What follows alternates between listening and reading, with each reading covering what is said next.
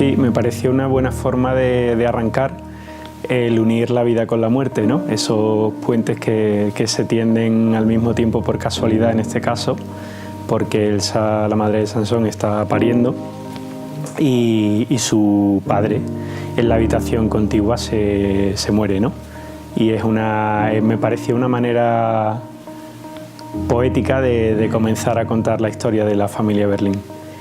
Sí, porque quien conoce los vientos de levante sabe que afectan mucho al carácter.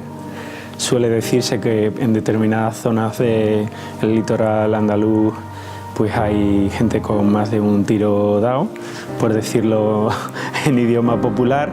Y sí, obviamente la luna creciente, cualquiera que abra el libro y vea el mapa comprenderá dónde está ubicada, pero también tiene la libertad para ponerla un poquito más arriba o un poquito más abajo de los pueblos que existen de verdad, ¿no? ¡Puf! Yo creo que es un personaje mucho más imperfecto que todo eso y que básicamente afronta pues el mismo camino que muchos de nosotros hemos afrontado en la realidad, que es partir de un mundo en apariencia perfecto, donde no hay problemas ni sinsabores, y pasar a un mundo donde todos los sueños como mínimo se matizan, y en muchos de los casos te das cuenta de que directamente no eran sueños sino ciertas pesadillas, ¿no?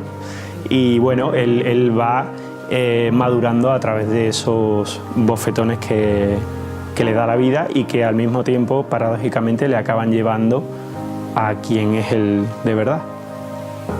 Pues lo que le rodea fundamentalmente es luna creciente, y luna creciente es una especie de 100 pies.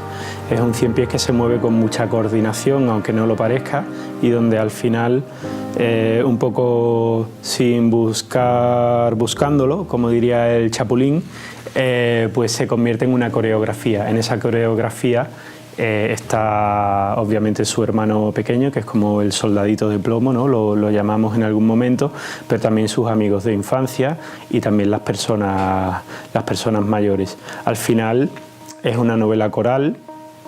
No sé si lo había pretendido o no inicialmente, pero sí sé que la historia, y esto otras personas que escriban quizá coincidan conmigo, pues va tomando forma por sí sola y te va llevando por caminos que a lo mejor no eran los que tú habías elegido inicialmente. Sí, un triángulo, vamos a decir curioso, para no hacer spoiler. Y sí, digamos que parte del problema que Sansón arrastra desde el comienzo es ese contraste que a lo mejor a veces le cuesta entender entre sus padres, ¿no? Porque su madre es una mujer luminosa, con mucha fuerza, una mujer creativa y con cultura, y su padre es un hombre completamente gris.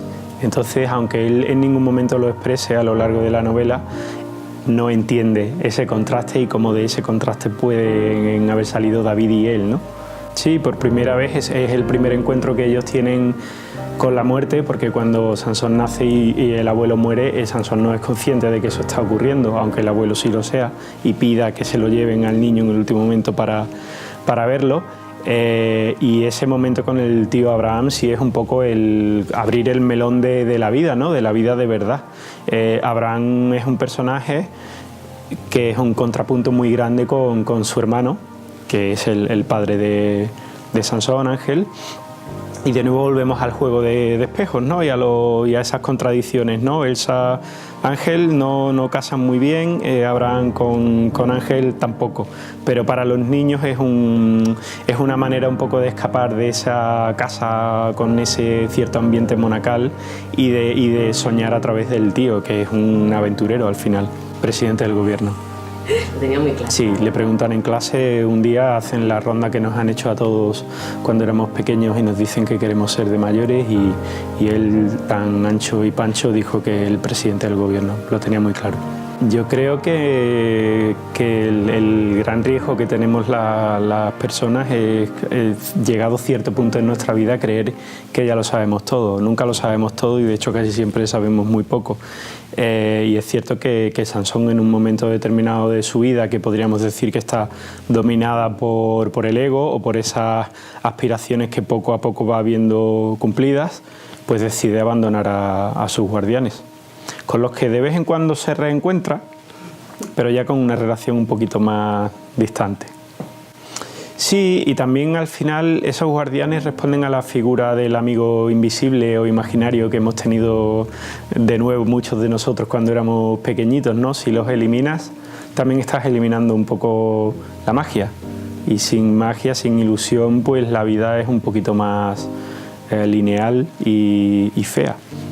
Claro, o sea, voy al punto fundamental del debate que estoy teniendo en los últimos días, que es si esto es autoficción. A mí odio esa palabra porque me parece una tontería. Quiero decir, toda persona que escriba o que componga música o que esculpa estatuas está partiendo de sí misma, independientemente de que eso sea una base más o menos ancha sobre la que luego pues vuelcas todas las fantasías que tú quieras.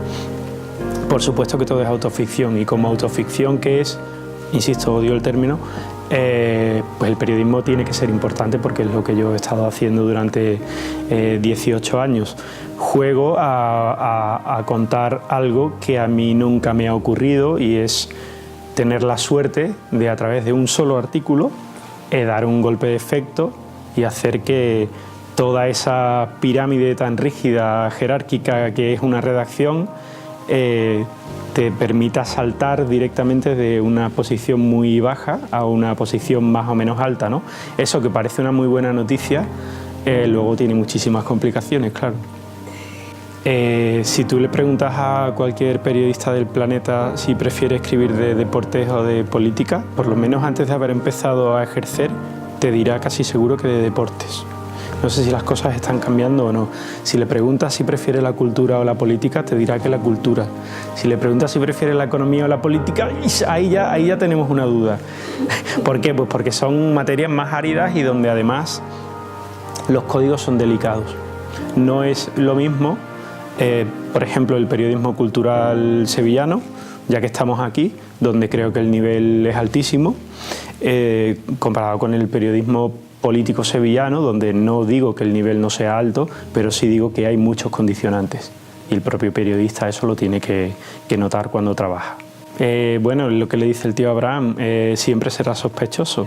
Quizá por eso mismo Sansón en todo momento decide confiar en sí mismo para poder avanzar. Y de nuevo creo que es una enseñanza de la vida. Al final partimos siempre del no para casi todo. No vas a poder publicar un libro, no vas a poder dedicarte al periodismo, no vas a poder viajar, no vas a tener dinero, todos son noes, y al final, si no, salvo que vengas de la familia de Rockefeller o algo así, con mucho esfuerzo y un poquito de fe lo puedes conseguir. No conviene confundir esto con el ego, claro, con la egomanía. Yes. Creo que aquí hablamos un poco también de los nativos digitales, ¿no? A mí me perturba mucho cómo se está transformando nuestra sociedad, y es una sociedad donde digamos el sosiego, el reposo está siendo sustituido por el sobreestímulo. Tenemos un montón de información disponible todo el tiempo a través de un montón de dispositivos diferentes, y tenemos muy poca capacidad, cada vez menos, para centrarnos en el momento y disfrutar de otra manera. Eso se traduce en que las relaciones de amistad cambian, las relaciones de amor cambian, las relaciones profesionales cambian y los hábitos culturales cambian. ¿Por qué cada vez lee menos gente? ¿O por qué la gente lee cada vez con más dificultad? Porque no estamos concentrados. Y al final, supongo que un niño de estos que hoy con 3 años te desbloquean tu propio teléfono, te abren una app y te dan de alta en Globo, estoy exagerando un poco, pero ya mismo será así, pues a lo mejor van a tener más problemas para enfrentarse a un libro, y eso para nosotros es un drama, claro. Porque aparte del ¿qué quiere el capitalismo?